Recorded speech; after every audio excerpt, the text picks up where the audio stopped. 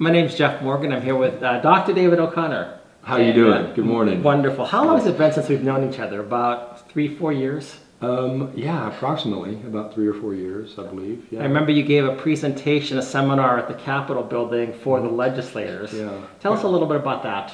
It was just something we thought up at the time, me and a couple other people, to try to bring some information, education to the legislatures about the importance of child development, child attachment, shared parenting.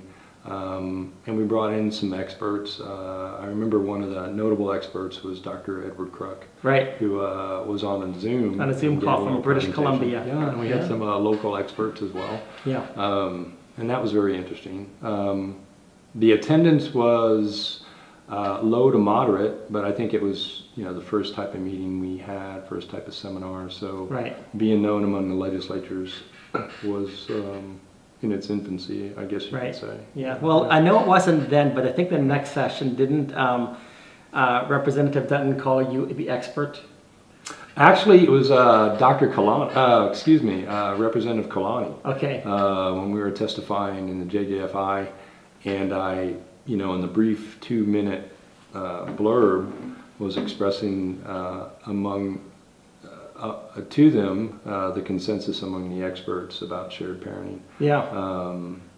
And I can remember, I think it was the chairman of the JTFI said, "We get it, Dr. O'Connor. You expressed yourself well." yeah, that was. And good. then I think there was members from other organizations that were testifying, and Representative Kalani said, "Well, we just heard from the expert," and that was not 2019. Was that 2000? That was not the last legislative session. Right. That was a session before. Yeah, that's right. Time flies. It does. It really does. But what I learned from you at that seminar, you had a lot of other plans in mind before you came into what you're doing right now. And I was wondering if you'd tell us a little bit about, your background, what you were planning to do, what you're doing right now, how you got into it. Mm-hmm. And I thought it was very fascinating. But go ahead and just take a few minutes. Oh, well, I appreciate that. Well, I grew up in Texas, native Texan, grew up in Houston, decided to become a doctor originally as a surgeon. In the midst of that, decided to go on to psychiatry because I found it so fascinating. Okay. So after medical school, I did my internship, at the Mayo Clinic, and then in the midst of that, decided to change the professional route and did my general residency training at Vanderbilt, and decided through some extracurricular moonlighting activity as a jail psychiatrist while I was in my residency. Mm-hmm. And I became very interested in juvenile justice and wanted to pursue that. So I did my child and adolescent fellowship at a place called Western Psychiatric Institute and Clinic, which was a part of University of Pittsburgh. And after finishing that, continued to practice up in Pittsburgh for several years, and like a salmon, decided to move back home. So I moved back to Texas, to Austin, and became involved in several different aspects of practice: inpatient, outpatient, consult liaison. Mm-hmm. I still maintained the forensic practice because throughout the years of always maintained a practice in juvenile justice centers, and have also practiced in adult criminal justice centers as well.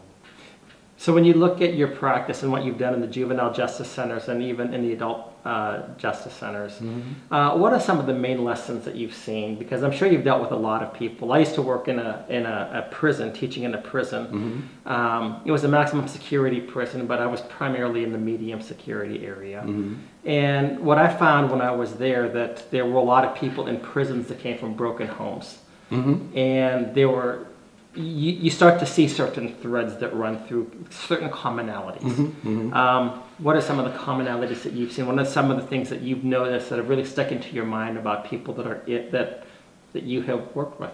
I think one of the first things that just comes to my mind as you're speaking is the importance of early attachment, because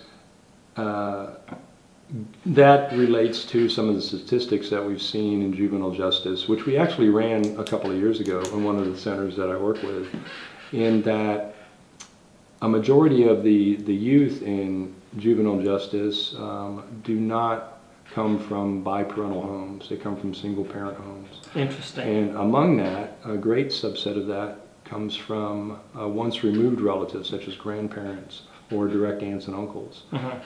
Very rarely do you see a biparental home. And so a lot of the factors that interfere with that, what we saw and am seeing is that early attachment relates to any kind of impairment in attachment, usually by a lack of a parent, Right. or some issue with the existing parents Okay. or parent. So if there's like a continuing substance abuse issue that impairs the ability to interact and have an attachment early on, that can affect child development greatly. Criminality relates to, not only absence because of incarcerations, but criminality, particularly in compulsive-minded individuals, can lead to ongoing deception to the children. Right. And what is it like to grow up with a parent that whose primary importance or pursuit is whatever substance they're using? Right. And how does that affect the child if a parent or parents are continually kind of living a life of deception and deceiving their own children? That really affects attachment early on. Yeah. And has consequences later on too. So when you talk about early